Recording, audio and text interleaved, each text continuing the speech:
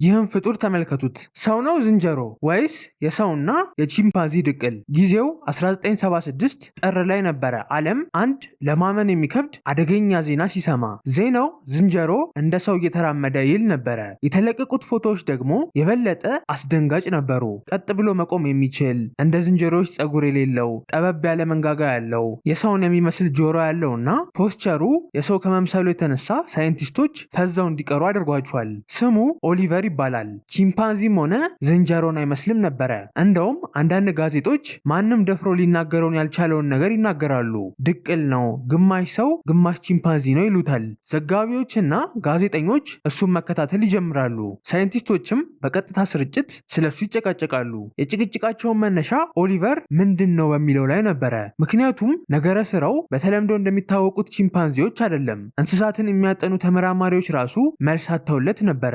ጎርደን ጋለፕ የተባለ የሳይኮሎጂ ፕሮፌሰር ለመጀመሪያ ጊዜ ሲመለከተው የነበረውን ድንጋጤ አስታውሰዋል። ከዓመታት በኋላም ኦሊቨር ሰው ሊሆን ይችላል ብሎ ተናግሯል። እየቀለደ ወይም እያጋነነ አልነበረም። አስደንጋጩን እውነታ እየተናገረ ነበረ። የኦሊቨርን ጭንቅላት ደግሞ ተመልከቱት።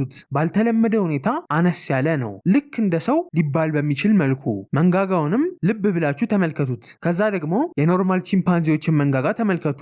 የሱ ሰፊ አይደለም። በመቀጠል ጆሮውን ከሰው ጆሮ ጋር አወዳድሩት። እንደምትመለከቱት ተመሳሳይነት አለው። ጠረኑ ራሱ የተለየ ነበረ፣ ባህሪውም እንደዛው። በዚህም ምክንያት ሌሎች ቺምፓንዚዎች ይርቁትና ከሱ ጋር መሆን አይፈልጉም ነበረ። ሌላው የብዙ ሰዎች መነጋገር ያደረገው ነገር ልክ እንደኛ ቀጥ ብሎ እየተራመደ መሄዱ ነው። ለጥቂት ሰከንድ ብቻ አልነበረም፣ ወይም ደግሞ ሰልጥኖ አይደለም፣ የሁልጊዜ ድርጊቱ ነበረ። ኦሊቨር ወደ አሜሪካ የመጣው ገና በህፃንነቱ በ1960ዎቹ ነበረ። እንስሳዎችን ያሰለጥኑ የነበሩ ፍራንክ እና ጃኔት ለተባሉ አንድ ቤተሰብ ይሸጣል። እነዚህ ሰዎች የጠበቁት ልክ እንደ ሌሎች ቺምፓንዚዎች አስቸጋሪ እና ኃይለኛ ባህሪ ያለው ቺምፓንዚ ነበረ። ነገር ግን ያገኙት ነገር እንቆቅልሽ ነበረ። ገና በ5 ወሩ ኦሊቨር ብድግ ብሎ መቆም ይጀምራል። ብዙ ቺምፓንዚዎች ቀና ብሎ የሚራመዱት ሲገደዱ ወይም እየተሸለሙ ሲሰለጥኑ ነው። ኦሊቨር ግን በራሱ ፍላጎት ነው ቀጥ ብሎ የሚራመደው። ኦሊቨር የነ ፍራንክን ቤተሰብ ከተቀላቀለ በኋላ የሰዎች የዕለት ተዕለት ድርጊቶችን እየተማረ ይመጣል።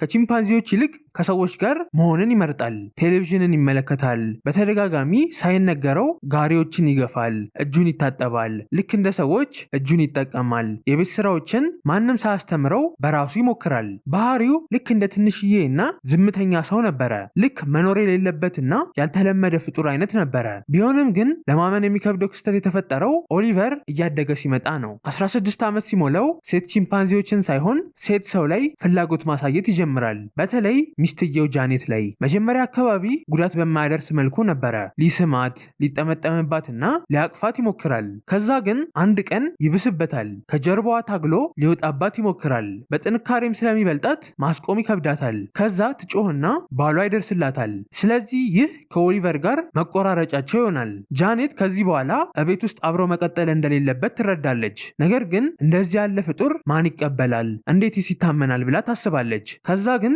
ማይክል ሚለር የተባለ ሰው ስለ ኦሊቨር ይሰማል። ስለሱም በደንብ ሲያነብ ለኦሊቨር ጉጉት ያድርበታል። በአካልም ለማግኘት ይፈልጋል። ፍላጎቱ ተሳክቶለት ሲያገኘው ግን እሱም ይደነግጣል። ኦሊቨር ተረጋግቶ በኮንፊደንስ ደረቱን ነፍቶ ትከሻውን አስፍቶ እየተራመደ ሲያየው ፈዞ ይቀራል። ወዲያውም ሊገዛው ይፈልጋል። ግን እሱ ብቻ አልነበረም ኦሊቨርን የፈለገው። ሌሎችም ይህ እንስሳ ሳይንስን ሊቀይረው ይችላል ብለው ስላመኑ ለመግዛት ዝግጁ ነበሩ።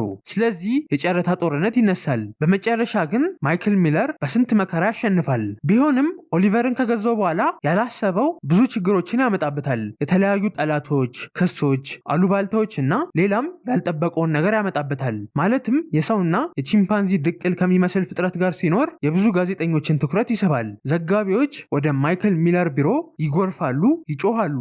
ማይክልም ይህ ጫና ሲበዛበትና ብዙ ተመራማሪዎች ለምርመራ ሲወተውቱት ይሰላችና በመጨረሻም ይስማማል። ኦሊቨርን ለትክክለኛ ሳይንሳዊ ምርመራ ወደ ጃፓን ይልከዋል። ነገር ግን ከደረሰ በኋላ ነገሮች መቀየር ይጀምራሉ። የጃፓን ቴሌቪዥን ሰራተኞች ኦሊቨርን ይህን ኪሞኖ ልብስ ያለብሱታል። ድራማ ለመፍጠር የአውሮፕላኑ መቀመጫ ላይ ቀጥ ብሎ ተቀምጦ ቪዲዮ ይቀርጹታል። ታዋቂ ሰዎችም እንዲቀበሉት ይጠራሉ። ከዛም የምርመራው ሰዓት ይደርሳል። ከኦሊቨር ደም ይወሰድና ክሮሞዞሞቹ ይቆጠራሉ። ውጤቱ ሲመጣ ግን አስደንጋጭ ነገርን ያሳያል። ክሮሞዞሞቹ ሲቆጠሩ 47 ይሆናሉ።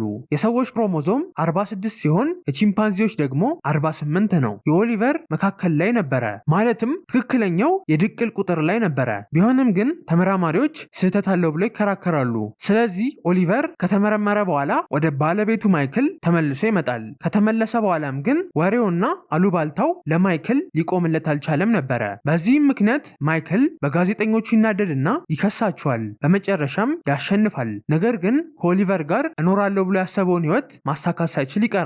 በጊዜ ሂደት ጫናው ከመጠን በላይ ሲሆንበት ከኦሊቨር ጋር ሊለያይ ይወስናል። ሌላ ሰው ቢንከባከበው ይሻላል ብሎ ያቅዳል። ይህ ውሳኔው ግን ኦሊቨር ለዓመታት እንዲሰወርና የበለጠ እንቆቅልሽ እንዲፈጠር ያደርጋል። ከተለያዩ ባለቤቶች ጋር ይኖራል። እንደውም አንዳንድ ሰዎች ለሚስጥራዊ ሙከራዎችና ምርመራዎች ተሽጧል ወይም ሰርከስ ላይ ታይቷል ብለው ያስወራሉ። አንዳንዶቹ ደግሞ ሞቷል ብለው ያስባሉ።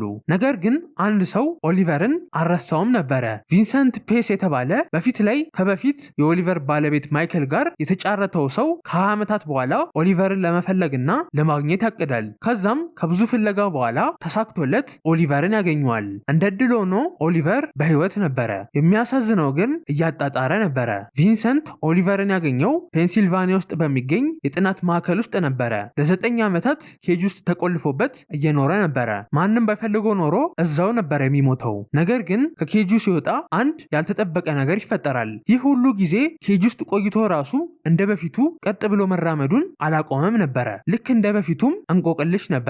ልክ እንደ በፊቱ ልዩ ነበረ። ምንም ነገሩ አልተቀየረም። ቢሆንም ግን አርጅቶ ነበረ። አይኑም ሊጠፋ ደርሶ ነበረ። በተጨማሪም የመገጣጠሚያ ችግርም ነበረበት። ሌሎች ነገሮቹ ግን አልተቀየሩም ነበረ። ነገር ግን ከዚህ ሁሉ ጊዜ በኋላ ራሱ አንድ ያልተመለሰ ጥያቄ ነበረ። በፊት ላይ የተመረመረው የምርመራ ውጤት አጨቃጫቂ ነበርና ብዙ ተመራማሪዎችም የበፊቱ ምርመራ ችግር አለበት ብለው እየተከራከሩ ነበረ። ስለዚህ እነዚህን ነገሮች ለአንዴና ለመጨረሻ ጊዜ ለመቋጨት የመጨረሻ ምርመራ እንዲደረግበት ይወሰናል። በዚህ ምርመራ እንደ በፊቱ ምንም ካሜራ ሳይኖር ያለምንም መጭበርበር ትክክለኛ ሳይንስን ብቻ በመጠቀም እንዲደረግ ይወሰናል። ስለዚህ ከእንደገና ክሮሞዞሞቹ ይቆጠራሉ። ከዛም ውጤቱ ይመጣል። ውጤቱ ሲመጣ ግን ያልተጠበቀ ነገር ይፈጠራል። የክሮሞዞሙ ቁጥር 48 ነበር የሚለው ማለትም ከቺምፓንዚዎች ጋር ተመሳሳይ ነበረ። ስለዚህ በመጨረሻም ኦሊቨር የሰውና የቺምፓንዚ ድቅል እንዳልሆነ ይረጋገጣል። ዋናው ነገር ያለው ግን እዚህ ጋ ነው። ተመራማሪዎቹ የኦሊቨርን የማይቶኮንድሪያል ዲኤንኤ ሲመረምሩት ተለምዳዊ ከሆኑት የምዕራብ አፍሪካ ቺምፓንዚዎች ወጣ ያለ እና ያልተለመደ ፓተርንን ያገኛሉ። ዲኤንኤው ላይ ያለው ልዩነት ልክ እንደ ሰው ልጆች ባይሆንም ነገር ግን ኦሊቨር በተፈጥሮ ያልተለመዱ ባህሪዎች ያሉትና ብዙም የማይታወቅ የቺምፓንዚ ዝርያ እንደሆነ የሚያሳይ ነበረ። ስለዚህ በመጨረሻም እንቆቅልሹ ሊፈታ ችሏል። ኦሊቨር ግማሽ ሰው አልነበረም። ነገር ግን የተለመደ አይነት ቺምፓንዚም አልነበረም። የሰውነት አቀማመጡ፣ ባህሪው፣ ያልተለመደ መልኩ፣ ለሴት ሰዎች ፍላጎት ማሳየቱ በሁለት ዓለሞች ላይ እንዲኖር አድርገውታል። ሳይንስ አንዱን እንቆቅልሽ ቢፈታውም ኦሊቨር ለምን የተለየ ፍጥረት ሆነ የሚለው ጥልቅ ጥያቄ ግን ሙሉ ለሙሉ ሊመለስ ያልቻለ እንቆቅልሽ ሆኖ ቀጥሏል። ኦሊቨርም ከብዙ እንግልትና ሙከራ በኋላ የመጨረሻዎቹን ዓመታት በሰላም ነበር ያሳለፈው። ከዛ ግን እያረጀ እየደከመ እና የመገጣጠሚያ ችግሮች እያጋጠሙት ሲመጡ እንደ በፊቱ ቀጥ ብሎ መራመድ እያቃተው ይመጣል። በስተመጨረሻም በ2012 ሰኔ 2 ላይ የኦሊቨር ህይወት ሊያልፍ ችሏል።